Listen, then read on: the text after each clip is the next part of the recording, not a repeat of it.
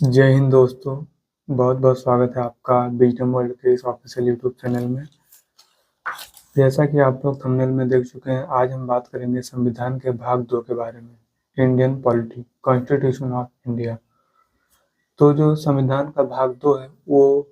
Citizenship के बारे में बताता है, नागरिकता क्या है तथा नागरिकता कैसे ले सकते हैं। इससे पहले हम देख चुके हैं कि भारत राष्ट्रों का एक संघ है तथा एक से अनुच्छेद 1 से अनुच्छेद 4 तक भारत में संघ और राज्यों की बात की गई है। अनुच्छेद 5 हम देखेंगे कि संविधान के प्रारंभ में नागरिकता कैसे दी गई है। तो आइए देखते हैं। तो अनुच्छेद 5 में लिखा है, इस संविधान के प्रारंभ पर प्रत्येक व्यक्ति जो भारत के राज्य क्षेत्र में अधिवास है, जो भारत मतलब जब से संविधान लागू हुआ तब से अगर कोई व्यक्ति भारत के सीमा में रहता है तो वो भारत के राज्य क्षेत्र में जन्मा हो, अगर उसका बर्थ भारत में हुआ है, उसके माता पिता से कोई भारत के राज्य क्षेत्र में जन्मा हो, या जो ऐसे प्रारंभ से ठीक पहले कम से कम 5 वर्ष तक भारत के राज्य क्षेत्र में मामूली तौर से निवासी रहा हो, भारत का नागरिक होगा। मीन्स अगर आप भारत में पैदा हुए हैं या आपके माता पिता भारत में पैदा हुए हैं या 5 वर्ष आप लगातार भारत के मामूली किसी राज्य क्षेत्र में रह चुके हैं तो आप भारत के नागरिक हो जाएंगे। किंतु अनुच्छेद 6 में लिखा हुआ है, पाकिस्तान से भारत को प्रव्रजन करने वाले कुछ व्यक्तियों में नागरिकता के अधिकार को, तो इसमें दिया है अनुच्छेद 5 में से किसी बात के होते हुए भी कोई व्यक्ति जिसने ऐसे राज्य क्षेत्र से जो इस समय पाकिस्तान के अंतर्गत है भारत के राज्य क्षेत्र को प्रवसन किया है, जो इस संविधान के प्रारंभ पर भारत का नागरिक समझा जाएगा। अगर आप संविधान लागू होने के समय अगर पाकिस्तान से जो भारत में आए तो भी आपको भारत का नागरिक समझा जाएगा, लेकिन इसके लिए जो 2 कंडीशन दिए गए वो हैं, यदि वह अथवा उसके माता पिता में से कोई अथवा उसके पितामह या पितामही या मातामह या मातामही में से मतलब दादा दादी में से कोई मूल रूप से या अधिनियमित भारत शासन अधिनियम 1935 में परिभाषित भारत में जन्मा था, और दूसरी कंडीशन जबकि वह व्यक्ति ऐसा है जिसने 19 जुलाई 1948 से पहले इस प्रकार प्रव्रजन किया है, तब यदि वह अपने प्रव्रजन की तारीख से भारत के राज्य क्षेत्र में मामूली तौर से निवासी रहा है तो वो भारत का नागरिक होगा। इसमें संशोधन किए गए, किंतु कोई व्यक्ति अपने आवेदन की तारीख से ठीक पहले कम से कम 6 माह भारत के राज्य क्षेत्र में निवासी रहा है और इस प्रकार राष्ट्रीयकृत नहीं किया गया जाएगा। और अनुच्छेद 7 में हम फिर देखेंगे पाकिस्तान को प्रव्रजन करने वाले कुछ व्यक्तियों में नागरिकता के अधिकार।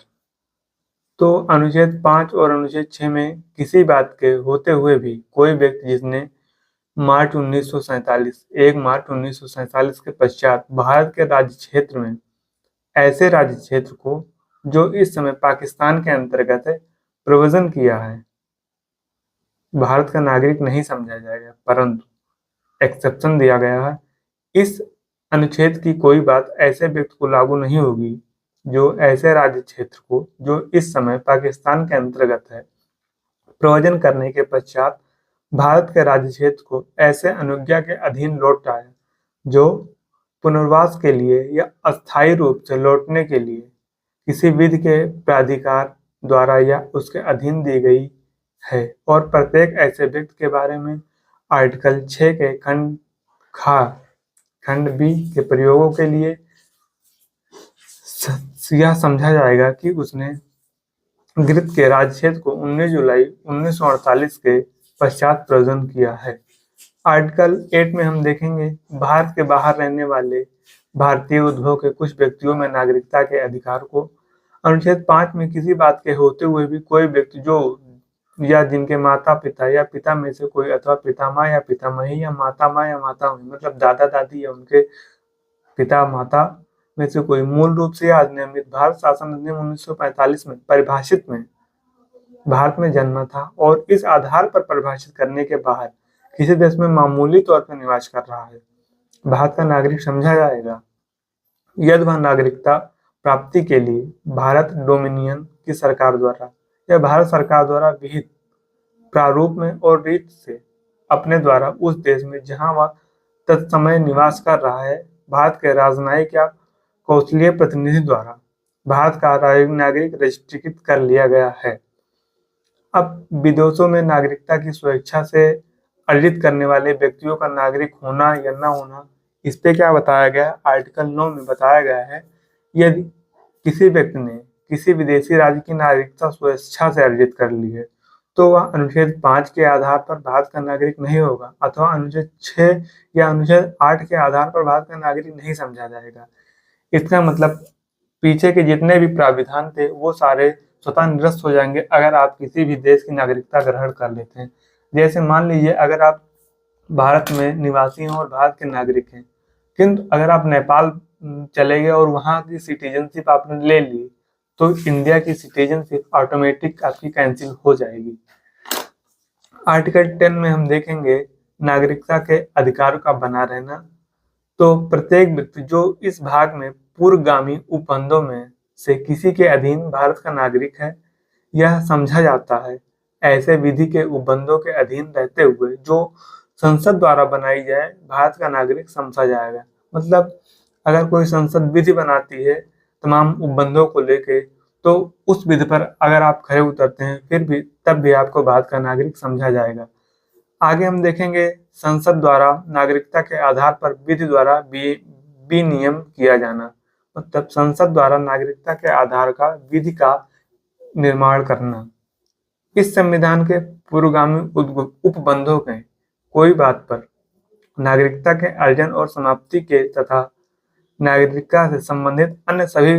विषयों के संबंध में उपबंध करने की संसद की शक्ति का अल्पीकरण नहीं किया जाएगा। इसको ये भी समझा जा सकता है कि नागरिकता की संपूर्ण शक्ति संसद को प्राप्त है। संसद किसी भी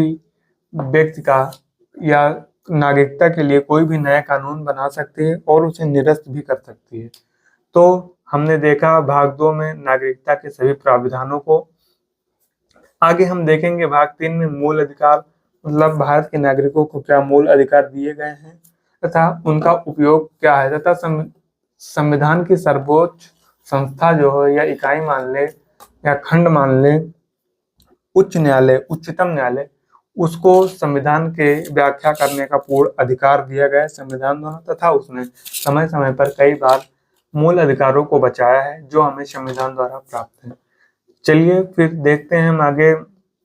नेक्स्ट वीडियो में। तब तक के लिए जय हिंद।